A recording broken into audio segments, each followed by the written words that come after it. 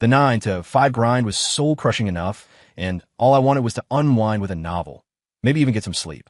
Instead, I found myself rage-reading, on the verge of a full-blown aneurysm, thanks to the protagonist. The guy was a world champion doormat.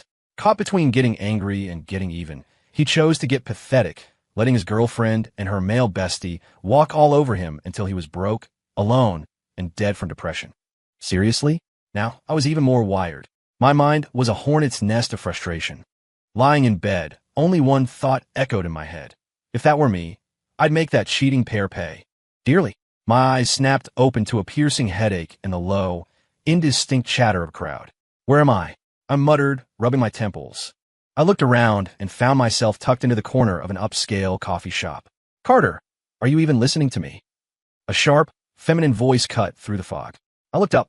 Across the table was a woman with a perfectly made-up face, almond eyes, cherry-red lips, and softly curled hair. A genuine beauty, except for the impatient scowl twisting her features. Then like a flash flood, the memories came rushing in. Carter? Wasn't that the name of the spineless loser from Recollections of a Love Lost? The book I was just cursing.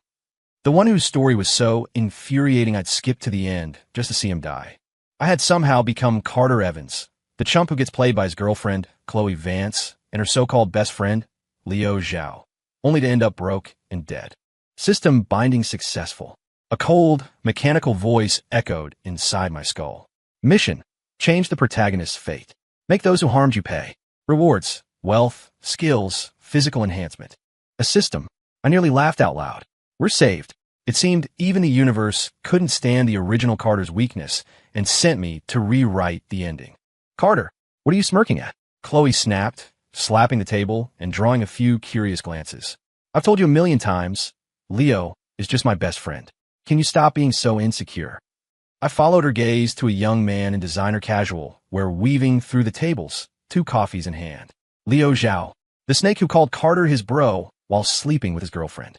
Chloe, your caramel macchiato, Leo said, placing the cup in front of her. His fingers accidentally brushed the back of her hand. He then turned to me. Carter, my man, an Americano, right? I ignored the coffee and pulled out my phone, discreetly turning on the voice recorder. Thanks, Leo. You're always so thoughtful, remembering what I like, Chloe said, taking a sip and flashing him a sweet smile. Some people, after 3 years together, don't know anything except how to be jealous. 3 years is nothing, Leo said, leaning casually against the back of Chloe's chair, his eyes fixed on me in a clear challenge. Is that right? I smiled, placing my phone on the table. Like how she likes it. The coffee shop went silent. A few nearby patrons swiveled their heads, their faces alight with the unmistakable thrill of drama. Chloe's face turned scarlet. Carter, what the hell are you talking about? Leo's expression soured. Dude, that's out of line. Chloe and I are just friends.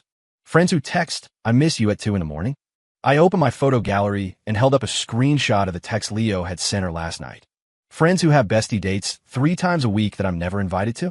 Friends where you just happen to show up to comfort her every single time we have a fight. Chloe shot to her feet. You went through my phone? Carter, you're disgusting. More disgusting than the 2 of you sneaking around behind my back. I scoffed. Chloe, for 3 years, I bought you bags and makeup, came running whenever you called, and stayed up all night with you when you were sick. And in the end, I'm worth less to you than this smooth-talking best friend? Carter, Leo stepped forward. You're a grown man. Don't you think you're being a little petty? Oh, I think it's fun, I said, rising to my feet and looking down on him.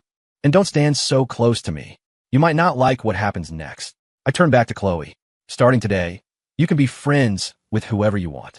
I'm done. What are you trying to say? Chloe's voice trembled. I'm saying, I said, grabbing my jacket and speaking each word with precision. We're breaking up. I wish you and your best friend a lifetime of happiness. With that, I turned and walked toward the door. Behind me, I could hear Chloe's hysterical shout. Carter, you'll regret this. I pushed open the glass door without a backward glance, the warm sun hitting my face. Congratulations, host. Initial counterattack complete. The system's voice chimed in. Reward, basic combat skills. Seed capital of $10,000 has been deposited into your account. I took a deep breath and smiled. This was just the beginning. My dear ex-girlfriend and your best friend, your good old days are officially over. I stood at the door of the apartment the original Carter had rented, the key grinding in the lock. The door swung open, releasing a wave of musty air. Seriously? People live like this? I grimaced, surveying the tiny, sub-300 square foot studio. A few photos of Chloe were taped to the wall, and a framed picture of the two of them sat on the nightstand. The original Carter grinning like an idiot, Chloe's expression clearly forced. With a sigh, I started taking inventory of his possessions. The closet held a few cheap shirts and a pair of jeans. A beat-up wallet in a drawer contained his ID, a couple of loyalty cards, and a grand total of 87 crumpled dollars in cash. Under the bed, however, I found a small, locked metal box. I pried it open. Inside was a collection of receipts for gifts bought for Chloe and stubs from trips taken to see her. Simps get nothing, I muttered, dumping the whole pathetic collection into the trash. My phone buzzed with a notification from WhatsApp. It was Chloe. Carter, you were way out of line today.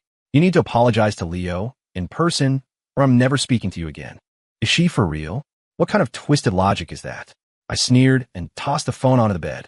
The system chimed in again. Basic combat skills activated. Host now possesses fighting capabilities equivalent to 5 years of professional training.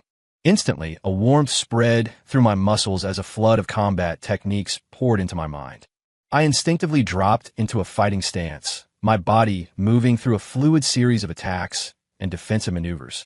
Damn, I said, throwing a combination into the air. The movements were crisp and clean, my fist cutting through the air with a soft whistle. After a cold shower, I sat on the edge of the bed and started making a plan. First, I had to get out of this dump. Second, I had to make that toxic pair pay. My phone buzzed again. Chloe, why aren't you answering me? I'm really mad this time. And don't think buying me a new bag will fix it. Classic. Right on script. I swiped the notification away and started digging through my new memories for information on Leo and Chloe. Leo Zhao, 25, heir to the Zhao construction fortune. His Instagram was a curated feed of luxury cars, expensive watches, and exclusive parties. The quintessential trust fund brat. I remembered that around this time, Zhao Construction was in hot water for stiffing its suppliers and was dealing with 2 major lawsuits over quality control issues. Financial crisis? I narrowed my eyes, making a mental note. Chloe worked at an advertising agency called Innovate Ad Group as a design assistant. A bit of challenge. I licked my lips. My stomach rumbled, reminding me I hadn't eaten since I'd arrived in this world. I threw on a jacket, deciding to hit a nearby ATM for some cash and grab a decent meal. Just as I got downstairs, a familiar BMW X5 screeched to a halt at the complex entrance. The window rolled down to reveal Leo's punchable face. Well, Carter, heading out so late? He asked with fake sincerity. In the passenger seat, a heavily made-up Chloe was trying to look anywhere but at me. I shoved my hands in my pockets and strolled over. What's the matter? Showing off my ex-girlfriend in front of my building. Chloe turned her head away, but her ears were practically twitching. Leo's smile didn't falter. Don't be like that. Chloe was upset, so I'm taking her for a drive. By the way, I heard you're a little tight on cash lately.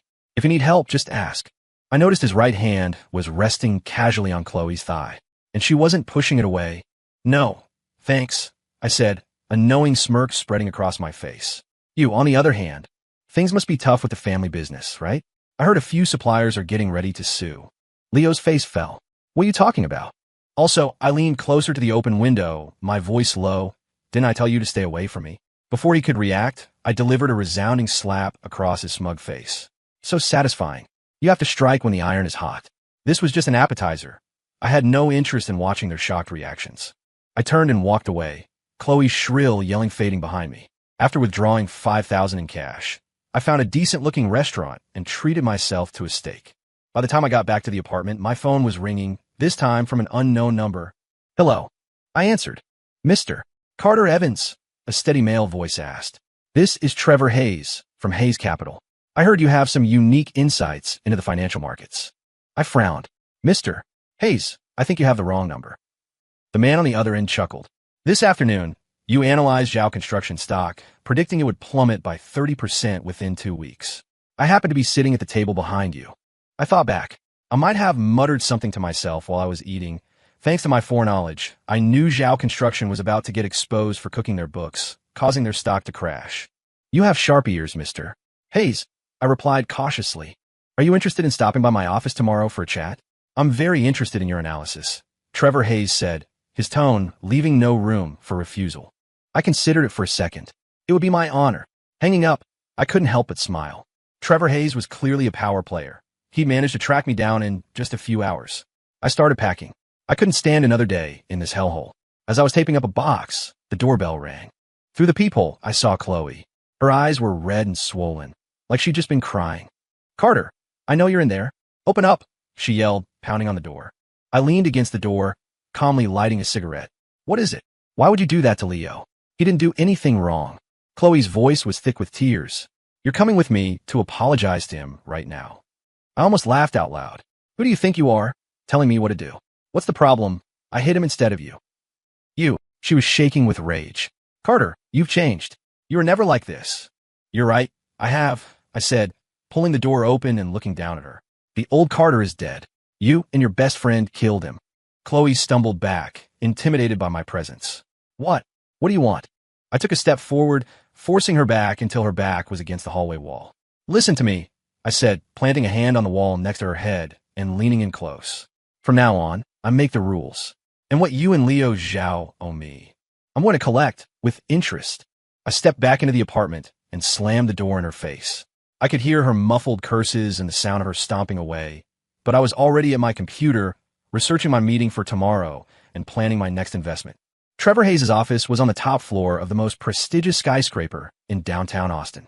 A floor-to-ceiling window offered a panoramic view of the entire city. "Mr. Evans, please have a seat." Trevor stood from his leather executive chair and offered his hand. He looked to be in his early 50s, with salt and pepper hair, a perfectly tailored suit, and a Patek Philippe on his wrist that glinted subtly in the sunlight. I sat across from him, silently sizing up the business tycoon who had only made a brief appearance in the original novel. "Coffee? Tea?" Trevor asked. "Water is fine," I replied with a smile. His assistant brought in a bottle of mineral water. I took a sip and waited for him to begin. "You're a man of many talents, Mr. Evans," Trevor said, opening a file on his desk. "I've looked at Zhao Construction's financials. On the surface, they look great, but underneath, the company is rotting from the inside out. That's all inside information, though. How did you spot the problem?" I have my story ready.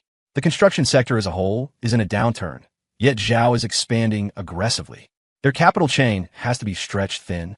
Add to that the recent string of quality complaints on their government contracts, and it was only a matter of time before the whole thing imploded. A flicker of appreciation crossed Trevor's eyes. "Insightful. And you really think their stock will drop 30%? "That's a conservative estimate," I said, setting my glass down. "If the financial fraud gets exposed, it could get halted entirely." "Interesting," Trevor said, closing the file. "Where are you working these days, Mr. Evans?" "Freelance. Mostly investing." I lied without batting an eye. "Well, how about this?" Trevor said, steepling his fingers on the desk. "I provide the capital, you manage the trades.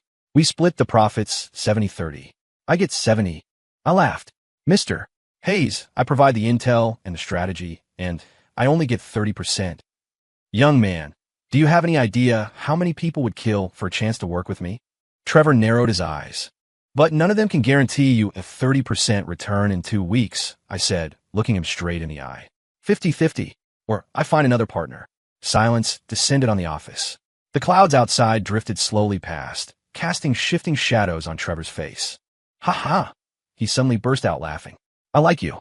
You got guts. 50-50 it is." Before I left, Trevor handed me a black credit card. "There's $5 million in seed money on this. I want to see results in 2 weeks. "You won't be disappointed," I said, tucking the card into my suit pocket. I walked out of the skyscraper into the bright afternoon sun, hailed a cab, and went straight to a brokerage firm to open an account. For the next 10 days, I was a man possessed. I spent my days in the VIP lounge at the brokerage, staring at market data, and my nights back at a hotel, analyzing trends. Yes, I had efficiently moved out of that dump. With my foreknowledge, I not only shorted Zhao Construction, but also pinpointed several tech stocks that were about to soar. The 10,000 from the system had snowballed into over 800,000. Trevor's 5 million had grown to nearly 8 million. On the morning of the 11th day, the news of Zhao Construction's financial fraud broke, just as I predicted. The stock plummeted, hitting its circuit breaker and getting halted. My phone buzzed incessantly with a call from Trevor. "Carter, you magnificent bastard. You're a genius." Trevor's voice on the other end was as ecstatic as a lottery winner's. "We made a killing. Pleasure doing business with you, Mr. Hayes," I said with a smile. "None of that, Mr. Hayes crap. Call me Trevor," he said boisterously. 7 o'clock tonight, the Four Seasons. Dinner's on me. You have to be there." Hanging up, I let out a long breath. Phase 1 was complete. That afternoon, I looked at a few high-end condos and settled on a 2,000 square foot luxury apartment in a downtown high-rise. The rent was $30,000 a month. I paid the deposit and 3 months' rent without a second thought. "Here are your keys, Mr. Evans," the realtor said respectfully. "You can move in today." Back at the hotel, I packed my few belongings. "Goodbye, pathetic life," I whispered, closing the door behind me. The view from my new apartment's floor-to-ceiling windows was breathtaking. Standing there, I sent my new address to Trevor. "Trevor, new place. Stop by sometime." A minute later, he replied, "Nice kid. See you tonight." I took a shower, changed into a brand new Armani suit, and was tying my tie in front of the mirror when my phone rang. It was Chloe. After a moment's hesitation, I answered. "What is it?" "Carter." Chloe's voice was deliberately soft. "How have you been?" "Great. Thanks for asking," I replied coldly. I was just passing by your office. I was hoping to grab a coffee," she said, testing the waters. "There's something I wanted to talk about in person." I almost laughed. The original Carter had been unemployed for 3 months. What office? She couldn't even be bothered to come up with a believable lie. "I'm not at the office," I said, pausing for effect. "I'm downtown, looking at apartments." "Looking at apartments?" Her voice jumped an octave. "You're buying a place?" "Just renting," I said nonchalantly. "The Austonian, top floor." I could hear her sharp intake of breath. The Austonian was one of the most expensive luxury residences in the city. The rent for a penthouse had to be at least 30 grand. "Well, can I come see it?" Chloe asked eagerly. "I'm right nearby." I checked my watch. I had 2 hours before dinner with Trevor. "Suit yourself." Half an hour later, my doorbell rang. I opened it to find Chloe standing there in a white sundress, her makeup flawless. She was holding a small cake box. "I brought you tiramisu. Your favorite," she said with a saccharine smile, but her eyes were darting past me, greedily taking in the apartment's interior. I stepped aside to let her in. She moved through the space like a curious cat, her fingers tracing the leather sofa, the marble countertops, and the high-end appliances. The shock and envy in her eyes were impossible to hide. "Carter, this must cost a fortune," she said, her voice trembling as she stood before the panoramic window. "Not really. A little over 30,000. I said, deliberately downplaying it. 30,000. She spun around. "Where did you get that kind of money?" "I earned it," I said, pouring myself a glass of water, but not offering her one. "What did you want to talk about?" Chloe bit her lip, and her eyes suddenly reddened. "Carter, I was wrong. There's nothing going on with Leo. He's really just a friend. I've been thinking a lot these past few days, and you're the one who really gets me." Watching her pathetic performance, I felt nothing but a vague sense of amusement. In the original novel, this exact scene happened after the original Carter won the lottery. Chloe had the same look on her face then, too. "Chloe," I cut through her crocodile tears. "Did you know Leo Zhao's family is about to go bankrupt?" She froze. "WH what?" "Zhao Construction cooked their books, their stock has crashed, and their creditors are knocking at the door," I said, taking slow steps toward her. "And you picked this exact moment to come crawling back to me. Is that a coincidence or a calculation?" Chloe's face went white. She stumbled backward and fell onto the sofa. How do you know all that?" "I know a lot more than you think," I said, leaning over her, my hands on either side of her. "For example, I know the director of your company has been harassing you for 3 months. I know that besides you, Leo is juggling 2 other girls. And I also know—" "Stop it." Chloe clapped her hands over her ears, the tears finally real. "Carter, how could you become like this? Have I changed?" I straightened up and sneered. "Or have I just stopped being a fool?" The doorbell rang again. I went to open it. It was Trevor. He'd arrived early. "Carter, my boy, couldn't wait to see you." Trevor boomed as he walked in, raising an eyebrow when he saw Chloe on the sofa. "Who's this?" "My ex-girlfriend," I said curtly. Chloe hastily wiped her tears and stood up. Her eyes widened when she saw the Patek Philippe on Trevor's wrist. "T. Trevor Hayes?" she stammered. "From Hayes Capital?" Trevor gave her a polite nod. "Hello. Carter, my boy, it's getting late. Shall we?" "1 second. I turned to Chloe. "We're going to dinner. Are you waiting for an invitation?" Chloe stared at me in disbelief. "You're trying to kick me out?" "What else?" I said, grabbing my suit jacket. "Take the cake with you. I don't like sweets." Trevor watched the scene unfold with an amused smirk. Chloe's face alternated between red and white before she finally snatched the cake box and stormed out, her heels clicking angrily down the hall. "Interesting," Trevor said, clapping me on the shoulder. "Youthful energy. Let's go. I've got a few friends who are dying to meet you." In the private dining room at the Four Seasons, Three of the city's biggest players were waiting. Trevor introduced them one by one: a real estate mogul, a tech titan, and a Wall Street heavyweight. I mentally filed away their names, all major characters who appeared much later in the original novel. I was meeting them far ahead of schedule. After a few rounds of drinks, the conversation turned to investments. Fueled by a bit of liquid courage, I made some bold predictions about future tech trends, earning impressed nods from the tycoons. "The kid's got a golden eye," the real estate mogul exclaimed. "Ever thought about being an investment consultant at my firm? I'll start you at 6 figures. Now, you're being cheap," the tech titan cut in. "A talent like Carter belongs at a tech company. We can talk equity." As I fielded their offers, my phone vibrated. It was a text from Chloe. "Carter, is there really no chance for us? I know I was wrong. Please give me one more chance." I didn't reply. I just locked the screen. A late apology is worse than an insult. Besides, there was no way it was sincere. Morning light streamed through the floor-to-ceiling windows of my apartment at the Austonian.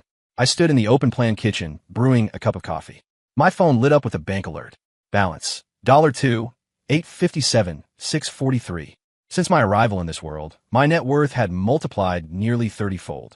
The system's seed money, combined with my profits from the partnership with Trevor, had given me my first real stake. But I knew the game was just getting started.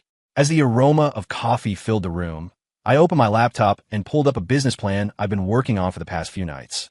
Orasync Technologies, the future of the smart home. It was based on my knowledge of future tech trends. In the original novel's timeline, this sector wouldn't explode for another 2 years. Right now, the market was wide open. My phone buzzed. It was Trevor. "Carter, my boy, you up?" His voice was energetic, showing no signs of last night's late-night drinking. "Morning, Trevor," I said, sipping my coffee. "What's up?" "Something big," he said, his voice low. "That smart home project you mentioned yesterday. I ran it by a few investors, and they're very interested. You free today? Come by the office, we'll talk details." A smile played on my lips. "What time? How's 10? I'll get the whole crew together." "Sound good." After a quick shower, I changed into a set of smart business casuals. The man in the mirror had sharp eyes and a determined jawline, a world away from the spineless wreck who'd been humiliated in a coffee shop just 3 weeks ago. Trevor's office was thick with cigar smoke. In addition to yesterday's trio of magnates, there were 2 new faces: a middle-aged woman with gold-rimmed glasses, whom Trevor introduced as the angel investor Veronica Shaw, and a man in his early 30s, a tech expert named David Xuan, who'd just returned from Silicon Valley. "Carter, there you are." Trevor greeted me warmly, slinging an arm around my shoulder. "Come on, give everyone the deep dive on your project." I connected my laptop to the conference room's large screen and began my presentation. "The traditional home is being disrupted by technology," I said, pointing a laser at a data chart. "But what the market currently calls a smart home is nothing more than a glorified remote control for your appliances. It's not truly intelligent." I showcased the prototype design for my proprietary control system, a central hub integrated with machine learning algorithms, IoT connectivity, and advanced voice recognition. Our system learns the user's habits, automatically adjusts the environment, predicts needs, and can even detect the user's mood through micro-expressions and tone of voice to change the lighting, music, and overall ambience. The room was silent. The investor's eyes were gleaming. "What kind of R&D investment are we talking about?" the real estate mogul asked. $5 million for the initial phase, with a beta version ready in 6 months, I answered without hesitation. "Mass production within a year, and I project profitability within 2. And the technical feasibility?" David Xuan, the tech expert, pushed up his glasses, his eyes shining with excitement. I brought up several patent documents and algorithmic frameworks. "It's entirely achievable with existing technology. The key is in the algorithm optimization and system integration." Veronica Shaw spoke up. "Mr. Evans, do you have a team?" "I'm building one now," I admitted freely. "If we can secure the investment today, I can start recruiting tomorrow." Trevor slammed his hand on the table. "I'm in for $3 million, for 20% equity." "Trevor, you greedy bastard," the tech titan shot back. "I'll put in $2 million for 10%. An hour later, Orasync Technologies' first round of funding was finalized, a total of $12 million for a 25% stake. The company's valuation was already at nearly $50 million. To a successful partnership, Trevor said, popping a bottle of champagne. "Carter, you're my good luck charm." Amid the clinking of glasses, a new chapter of my life had begun. It was 3 in the afternoon when I left the skyscraper. The spring breeze felt good, so I decided to walk back to my apartment and clear my head. As I was cutting through Zilker Park, a familiar sounding scream caught my attention. Let go of me. What are you doing? I turned to see a drunk, middle-aged man accosting a young woman by a park bench. She was struggling, but he was strong, backing her into a corner. What shocked me more was that I recognized the woman, Sarah Jenkins, Chloe's friend, and one of the few characters in the novel who had been decent to the original Carter. Hey, stop, I shouted, striding over. The drunk turned, his face flushed. Who the hell are you? Mind your own damn business. I didn't waste words. I grabbed his wrist in a textbook control hold, gave it a slight twist, and he squealed like a pig. Get lost. I released him and gave him a kick for good measure. He scrambled away. Thank you, Sarah said, shaken, as she straightened her disheveled clothes. When she looked up and saw my face, her eyes widened in surprise. Carter? Is that you? Long time no see, I said with a faint smile. Want to grab a coffee somewhere? To calm your nerves. In the Park's cafe, Sarah nervously sipped her latte, her fingers still trembling. Thank you, really? If you hadn't been there. Happy to help. I waved it off. What are you doing here alone anyway? Sarah sighed. I just got out of work and needed some air. Work has been so stressful lately. Still at that ad agency? With Chloe. Yeah, she nodded, then seemed to remember something, her expression turning awkward. Oh, I heard you and Chloe broke up. That's in the past, I said calmly. How was she doing? Sarah bit her lip. Not great. Ever since that day at Starbucks with Leo. She stopped, realizing she'd said too much. What happened at Starbucks? I asked, feigning ignorance. And nothing, Sarah said, shaking her head. Then she sighed again. Honestly, Chloe's having a rough time. That director at work is harassing her relentlessly. And Leo? What about Leo? Sarah lowered her voice. He's making her go out drinking with some of his dad's clients.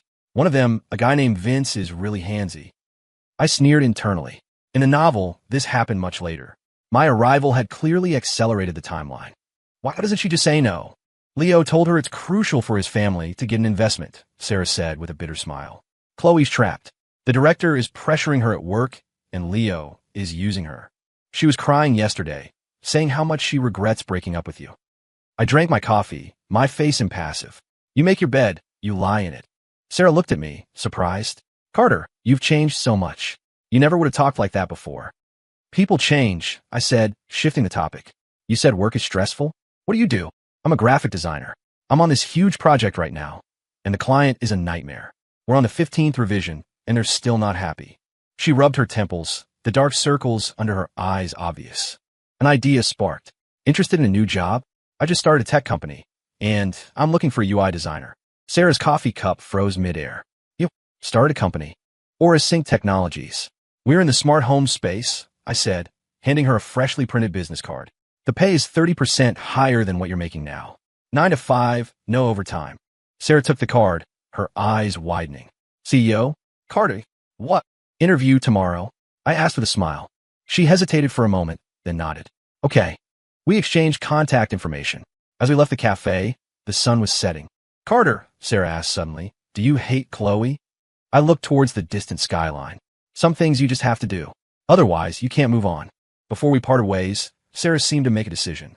There's something you should know. Leo's family company is about to go under. His dad is borrowing money from everyone, even loan sharks. I don't think Chloe knows. I nodded. Thanks for the heads up. Back in my apartment, I stood by the window, watching the city lights come on. My phone vibrated. It was a picture message from an unknown number. The photo showed Chloe, heavily made up in a revealing evening gown, drinking with a bald, older man. The man's hand was brazenly on her thigh. A second message followed. See this? Your ex-girlfriend is my new arm candy. Leo Zhao. I scoffed and replied, get a better angle. The lighting is terrible. The bubble appeared immediately, but no message came through. He was probably stunned by my response. I opened my laptop and started digging into the Zhao family's latest financials. As expected, Zhao construction stock had dropped another 8%. Multiple suppliers were suing, and the banks were calling in their loans.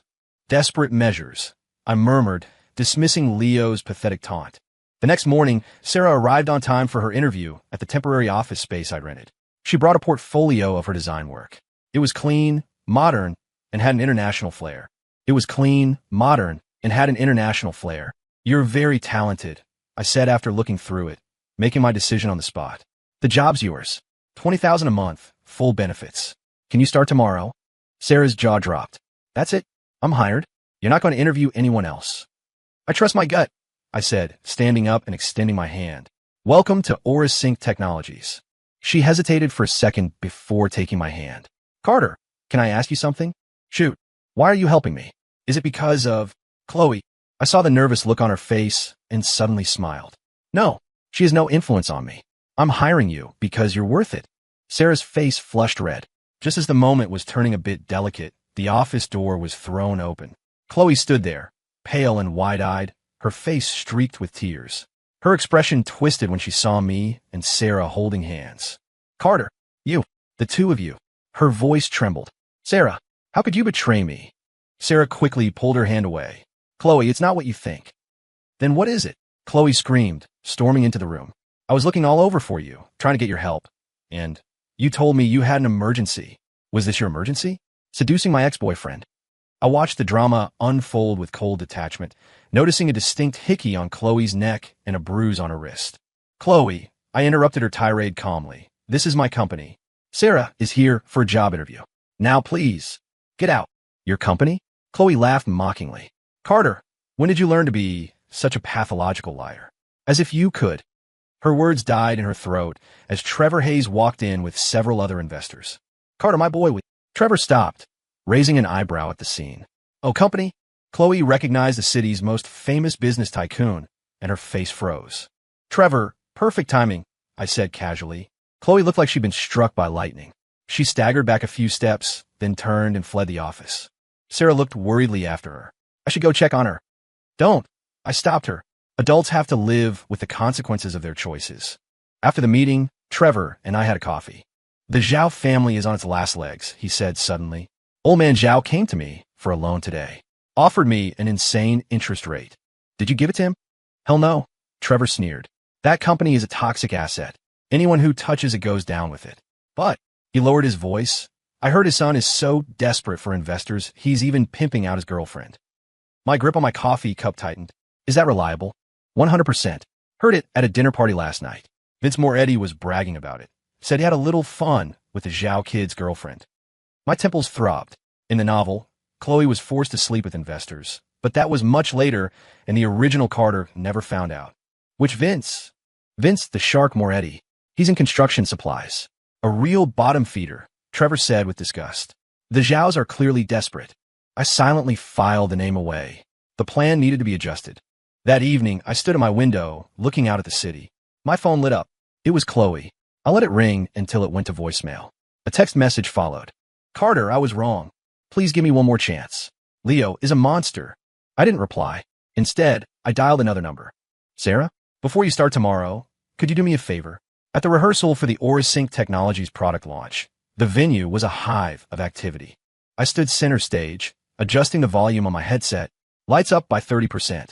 Main screen, switched to the product demo video. I spoke into my walkie-talkie.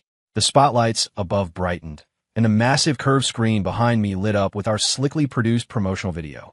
On screen, the smart home system fluidly controlled every corner of a house, and a gentle AI voice answered questions and even anticipated the homeowner's needs. It looks perfect. Sarah ran out from backstage, holding a newly revised brochure. The printers worked overnight to get these done. Can you check the colors? I took the brochure and flipped through it. Sarah's design was clean and sophisticated, perfectly capturing the high-tech yet user-friendly feel of our product. Over the past month, she had worked late almost every night. The dark circles under her eyes were barely concealed by her makeup. This is great, I said sincerely. You've worked really hard on this. Sarah shook her head, though a smile escaped her. It's my job. But honestly, Carter, I never thought I'd get to be part of something so amazing. Just as I was about to reply, my phone vibrated. It was Chloe's number. It was the 5th time she had called today. Her again. Sarah noticed the shift in my expression. Yeah, I said, locking the screen. Ignore it. Sarah looked like she wanted to say something, but held back. Should we continue the rehearsal? Let's keep going. The launch was set for 10 o'clock the next morning. More than 50 media outlets and 100 industry insiders were confirmed to attend. We had already received inquiries from 3 international venture capital firms.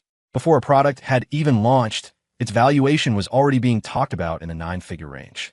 After the rehearsal wrapped up late that night, I had a quick meeting with the core team before sending everyone home. Sarah volunteered to stay behind and double-check the materials for the next day.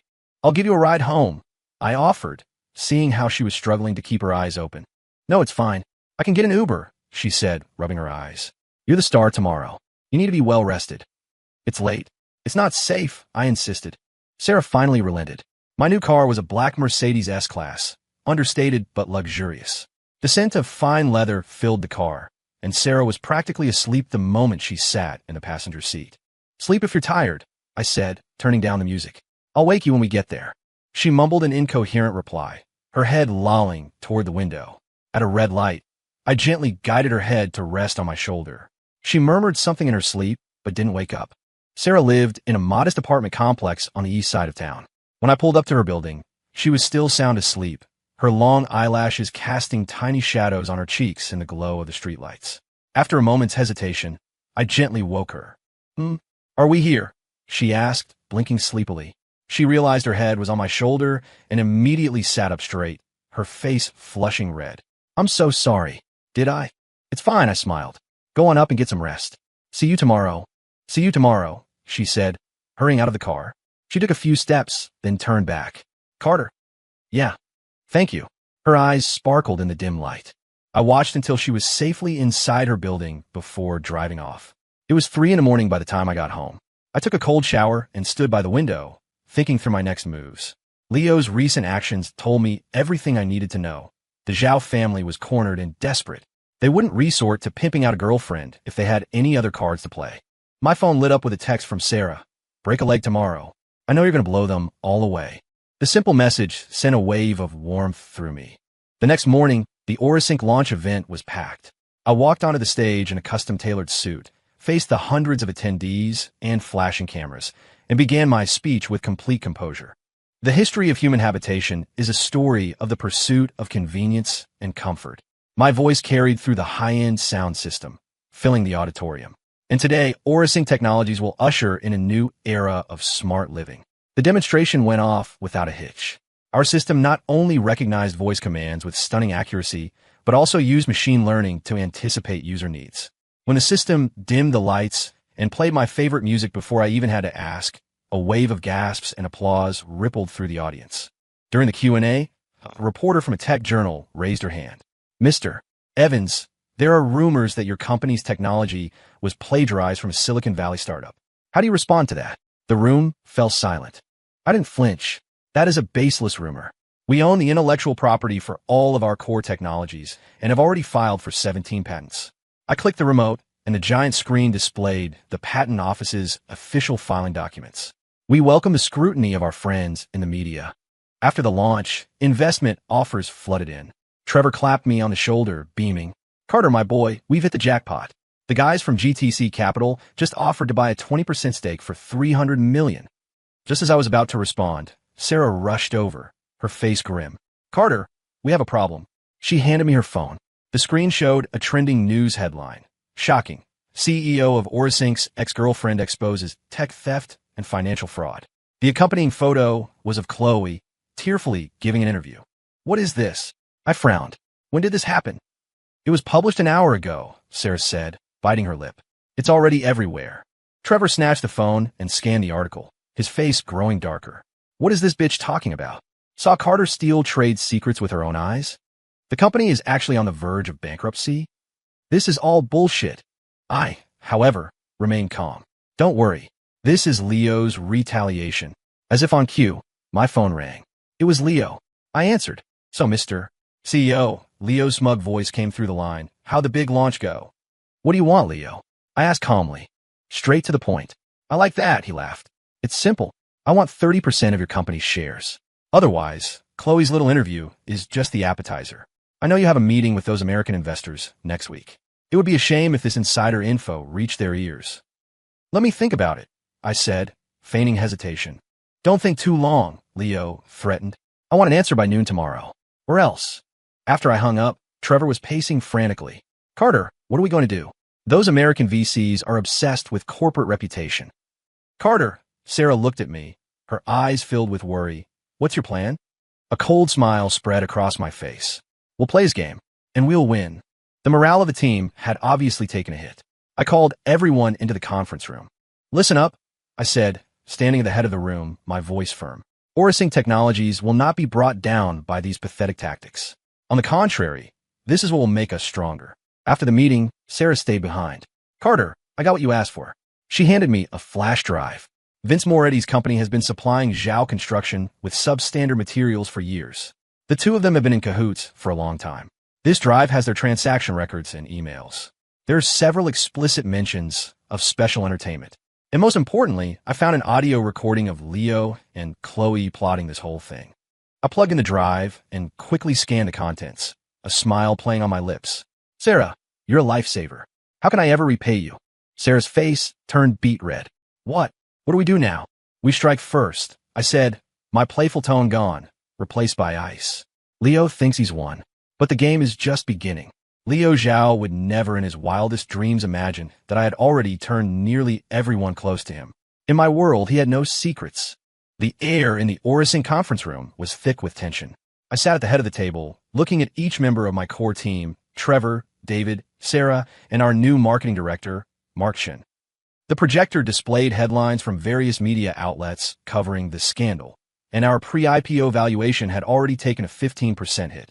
So that's the situation, I said, clicking the remote to the next slide.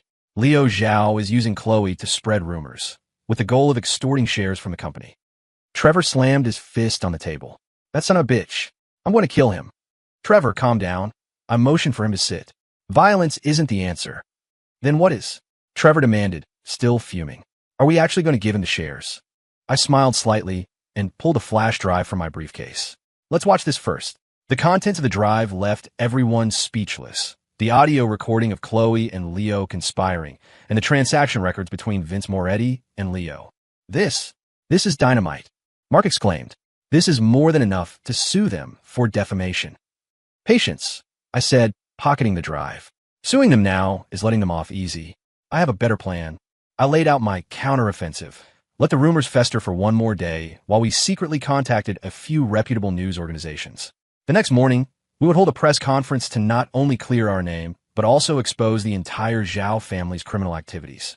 Finally, we would completely turn public opinion around before the American investors arrived. It's too risky, David said, pushing up his glasses. What if? There is no what if. I cut him off. Everything is already in place. After the meeting, Sarah stayed behind. She came to stand beside me, and the faint scent of gardenias filled the air. I found more information on Vince Moretti. She handed me a file. He's not just a supplier for the Zhaos. He's been laundering money for Alexander Zhao for years. This is a partial record of the money trail. I scanned the document, my brow furrowing. Where did you get this? I have a college friend who works at the SEC, Sarah said with a sly wink. Of course, I didn't tell him why I needed it.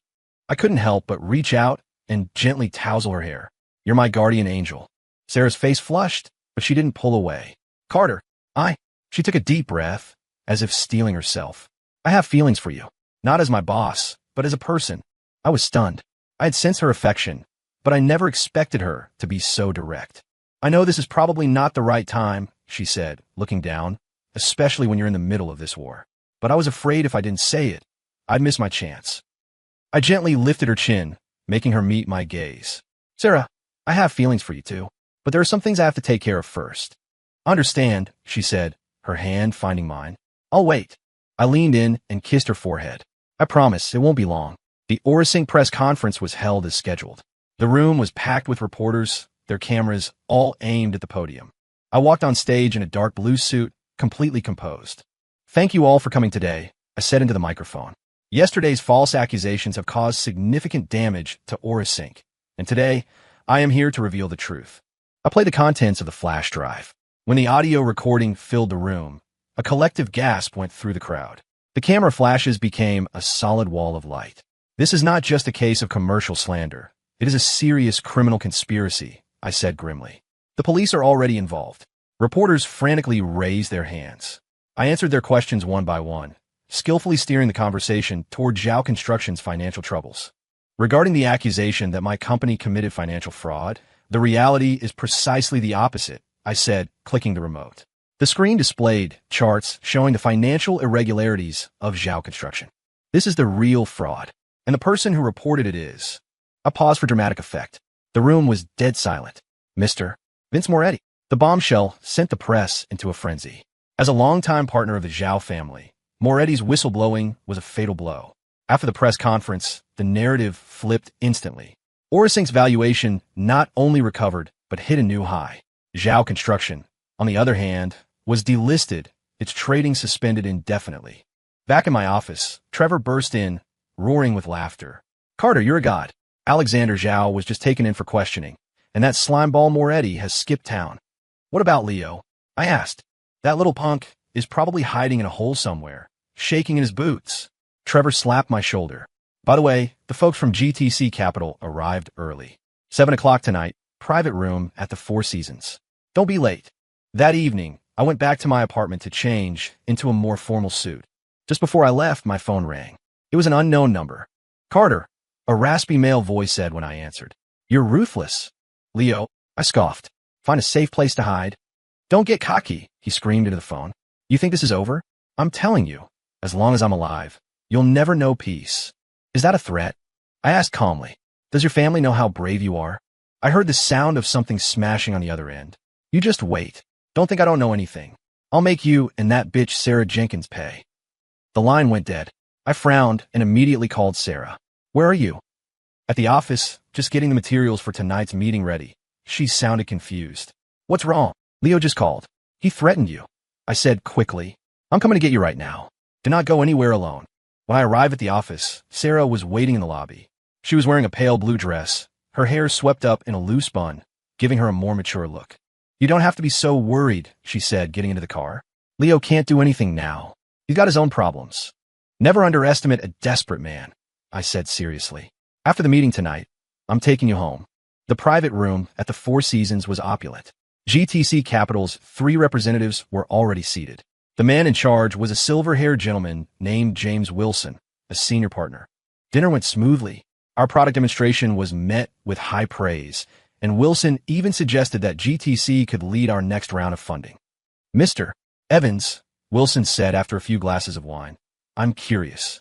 How did you manage to build such an excellent team in such a short amount of time?" I glanced at Sarah and Trevor sitting beside me and smiled. "Because I believe the right people are more important than the right idea." Under the table, Sarah gave my hand a gentle squeeze. After dinner, Trevor insisted on escorting the GTC team back to their hotel. Sarah and I walked toward the parking garage, the gentle night air enveloping us. "Today went so well," Sarah said, looking up at the stars. "Carter, you did it." "We did it," I corrected her. "Without your help, I couldn't have turned things around so quickly." She suddenly stopped walking. "Carter, can I ask you something?" "Of course." "Do you still have feelings for Chloe?" I shook my head. "Not for a long time. Not since the moment I knew she betrayed me." When we reached her apartment, she hesitated. "Do you want to come in for coffee?" I glanced at my watch. It was almost 11. "I have work tomorrow. Maybe another time." A flicker of disappointment crossed her face, but it was quickly replaced by a smile. "Okay. Good night." "Good night," I said, leaning in to give her a soft kiss on the cheek. "Sweet dreams." The next morning, I had just arrived at the office when I got an urgent call from Trevor. "Carter, big news. Alexander Zhao had a heart attack last night. He's in the hospital." "Is it serious?" I asked. "He's not dead, if that's what you mean." Trevor's voice was laced with schadenfreude. "But Zhao Construction is in total chaos. The banks are liquidating their assets, and the creditors have blocked the company's entrance." "Any sign of Leo?" "Nope. The cops are looking for him everywhere. Drug possession, assault, commercial slander. The list is a mile long. But they did arrest that bitch who slandered us. So Leo didn't take Chloe with him when he ran." I sneered internally. I hung up and checked the market. Zhao Construction was still halted, while Orisink's pre-IPO valuation had jumped another 7%. As I was watching the numbers, Sarah knocked and came in with 2 cups of coffee. "Morning," she said, handing me one. "Did you see the news? The Zhao family is finished." "I saw," I said calmly. As I took the cup, my fingers brushed against hers, and a jolt of electricity shot through me. I pulled her onto my lap. She blushed and gently pushed me. "Stop it. We're at the office." Just as the mood was turning intimate, my phone buzzed. It was a video message from an unknown number.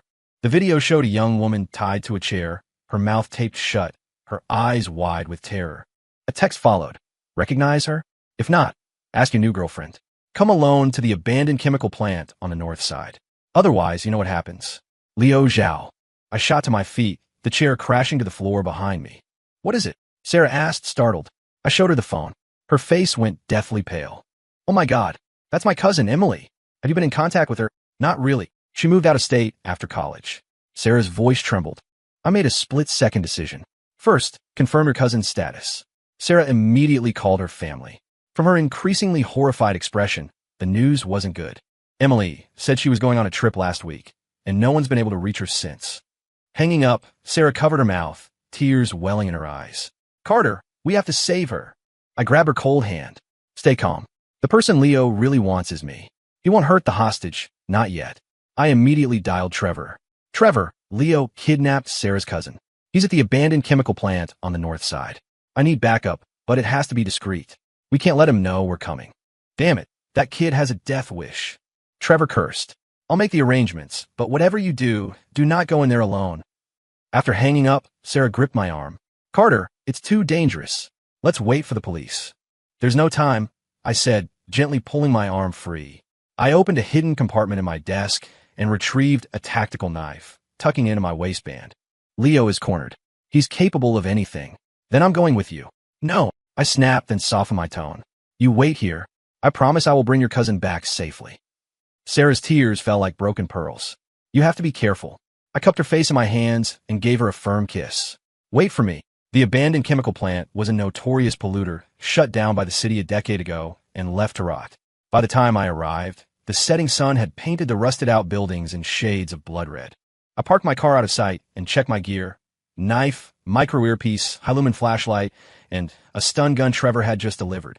Static crackled in my ear, followed by Trevor's hushed voice.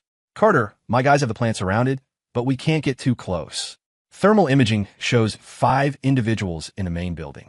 One of them should be the hostage. Copy that. I whispered back. I'm going in. Wait for my signal. Be careful. That lunatic Leo might have a gun. I moved low and fast toward the main building. The rusted metal door was slightly ajar, and I could hear muffled voices from inside. Peeking through the crack, I saw a vast empty space. In the center, Emily Jenkins was tied to a metal chair, surrounded by 4 men. Leo stood with his back to the door, dangling something in front of her. Your cousin and that bastard Carter ruined my family. Leo's voice was seething with hatred. Today, they're going to pay. Emily whimpered, her mouth taped shut, shaking her head in terror. There was no chance for a stealth attack. I took a deep breath and shoved the door open. Leo, they all spun around. A flicker of surprise crossed Leo's face, quickly replaced by a twisted grin. Carter, you finally made it. He held up the object in his hand, a remote detonator. You know what this is? The floor beneath your feet is wired with explosives. I push this button, and we all go to hell together. I stood my ground, scanning the floor. Sure enough, I could just make out thin wires running from Leo's feet into the concrete. What do you want? I asked calmly. Money? Shares. I want you dead, he shrieked. Get on your knees. Beg me. I started walking forward slowly. Leo, your father's been arrested. If you surrender now, you might get a lighter sentence. Shut up, he waved the detonator wildly. One more step, and I blow us all to kingdom come. I stopped, maintaining a distance of about 30 feet. His 4 goons fanned out, blocking my escape. You know why I really hate you? Leo asked suddenly. It's not because of Chloe. That bitch is easy. It's because you're trash, a nobody from the gutter. How the hell did you climb so high above me? I sneered. Because I'm smarter than you. I work harder than you, and I'm not a monster. Leo's face contorted with rage. Get him, but leave him breathing. The 4 thugs charged at once. I steadied my breath. Judging by their stances, they weren't amateurs. The first one, a burly brute, threw a punch at my face. I dodged, grabbed his wrist, and flipped him over my shoulder. He hit the ground with a sickening crunch. The next 2 came at me together, one with a steel pipe, the other with a switchblade. I backpedaled to avoid the pipe while drawing my own knife to parry the blade, sparks flying as the steel clashed. As the knife wielder stumbled off balance, I delivered a powerful sidekick to his knee. A sharp crack echoed in the warehouse, and he went down screaming. The pipe swung at me again. I dodged the main blow, but it glanced off my shoulder, sending a searing pain down my arm.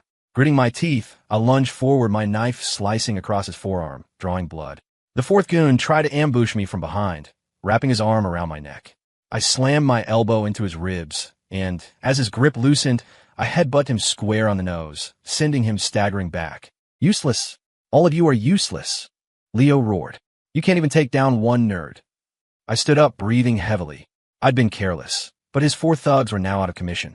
Seeing this, Leo grabbed Emily and held a small knife to her throat. "Carter, drop your weapon, or I'll slit her throat." Emily's eyes were wide with terror, tears streaming down her face. I slowly bent down and placed my knife on the ground. "Kick it over here," Leo commanded. I did as he said. He sneered, shoved Emily to the ground, and bent down to pick up the knife. In that split second, I charged. Leo reacted quickly, lunging at me with the knife. I twisted out of the way, grabbed his wrist, and cranked it hard. He cried out in pain, dropping the knife, but his other hand still clutched the detonator. "You forced me to do this. Let's die together," he laughed maniacally, his thumb moving toward the button. In a desperate move, I lunged and bit down hard on his hand. Leo screamed, and the detonator flew from his grasp. I dove for it, but he tripped me. The device hit the floor, the battery cover popped off, and the batteries scattered. "Damn it!" Leo turned and ran. I started to give chase, but one of the injured thugs grabbed my leg. I kicked free, but it cost me precious seconds. Leo had already reached the back door of the warehouse. He turned and gave me the middle finger. "Carter, this isn't over. His threat was cut short as a police car suddenly careened around the side of the building and slammed into him. Leo's body flew through the air, landing in a crumpled heap on the concrete 10 yards away, motionless. Police swarmed the scene. I ignored everything else and ran to untie Emily. She threw herself into my arms, shaking uncontrollably. Thank you. It's okay. You're safe now." I soothed her, patting her back. I looked up to see Sarah and Trevor running toward us with paramedics. "Emily," Sarah cried, rushing to embrace her cousin. Trevor walked over to me, looking at the scene unfolding around Leo's body. "Kid's got tough luck. Still breathing somehow, but he'll be spending the rest of his life in a wheelchair." I let out a long, slow breath. "It's over." "Yeah, it's over," Trevor clapped my shoulder. "Alexander Zhao is facing multiple charges: financial fraud, money laundering, bribery. He's looking at 15 years minimum. Zhao Construction is bankrupt, and all their assets are frozen." I watched as they loaded Leo onto a stretcher, a sense of grim satisfaction washing over me.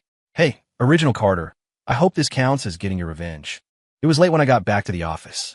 I had sent Sarah to take her cousin home to rest. I stood alone at the window, looking out at the city's glittering lights. Some people, some problems, just needed to be cleaned up like trash. Finally, I could move on. The next morning, Sarah stopped me the moment I walked into the office. "Carter, did you see the news?" She held up her tablet. The headline read, "Zhao Group Collapses, Chairman Alexander Zhao Jailed." A subheadline added, "Air Leo Zhao critically injured in accident, may be permanently disabled." "I saw," I said calmly. "They got what they deserve." Sarah nodded. "Emily wants to thank you in person. Are you free tonight?" "I'm making dinner." "I would be honored," I smiled. That evening, I arrived at Sarah's apartment with a bottle of good red wine. Emily had recovered significantly. She was still a bit shaken, but she was able to talk. "Carter, thank you so much," she said, pouring me a cup of tea. "If it wasn't for you, I might have." "It's all in the past," I said, accepting the tea. "And in a way, you were dragged into this because of me." Dinner was warm and comfortable.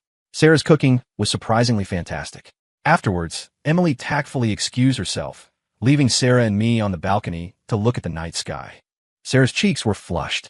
"Carter, I love you. I love you too," I said, taking her hand. "After the company goes public, let's get married." Her eyes widened. Are you proposing?" "Not officially," I chuckled, pulling a small velvet box from my pocket. "The official proposal will be much more spectacular." She opened the box. Inside was an exquisite diamond ring, sparkling in the moonlight. "Carter," tears welled in Sarah's eyes. "I do. Whether it's official or not, I do." I pulled her into my arms, a sense of peace I'd never known settling over me. Vengeance had been served. This was how the story was always meant to go. The next morning, Trevor called. "Carter, great news. GTC Capital has officially confirmed their investment. $200 million for a 10% stake. That puts our valuation at $2 billion. That's fantastic," I said, genuinely happy. "Thanks for all your hard work, Trevor." "My work? This is all you, kid," he laughed. By the way, Leo Zhao woke up, paralyzed from the waist down, and his mind is a little scrambled. Spouting nonsense all day. Who's paying his medical bills? Public assistance. The Zhaos don't have a penny to their name. Even their house has been seized, Trevor said with unconcealed contempt. Serves him right. I hung up and looked out the window. The sky was a brilliant, cloudless blue. Suddenly, the system's voice chimed in my head one last time. Mission 98% complete. Final step. Establish a foundation to help disenfranchised men, fully correcting the world's narrative. A small smile touched my lips as I opened my laptop and began drafting the charter for the Phoenix Initiative. It was time to create something of real value. The day Orasync Technologies went public, the entire city seemed to be buzzing. Inside the stock exchange, I stood before the massive electronic board, watching our ticker symbol, SYNC, as the numbers climbed relentlessly. It opened at $28 a share and shot up to $35 within 10 minutes. Our market cap blew past $10 billion. Congratulations, Mr. Evans. Trevor, beaming, clapped me on the shoulder. We really hit the big time. I straightened my tie with a modest smile. This was a team effort. The camera flashes were blinding. Reporters shouted questions. I answered a few politely, my eyes occasionally drifting to Sarah, who was standing in a corner. She was wearing a chic pale blue suit, her hair in an elegant updo, watching me with a proud smile. Mr. Evans, we hear you're starting a foundation dedicated to helping disenfranchised men. Can you tell us more about that? A female reporter asked. I nodded. The Phoenix Initiative will officially launch next month. Its primary mission is to support men who have faced injustice in their personal and professional lives by providing legal aid, psychological counseling, and career training. Is this related to your own personal experiences? It is. I admitted freely. I was once a member of that group, and I know the feeling of helplessness all too well. Now that I have the means, I want to help more people find their way out of that darkness. After the press conference, I turned down all invitations to celebratory parties and drove to a construction site on the outskirts of the city. This was the future headquarters of the Phoenix Initiative, a 20-acre campus that would include an office building, a training center, and counseling facilities. The site foreman, a man named Lee, hurried over when he saw me. Mr. Evans, if we stay on schedule, we'll be finished by next month. I looked around. The main structures were already topped out, and workers were installing the glass curtain walls. The quality has to be perfect, Lee. This place is built to last.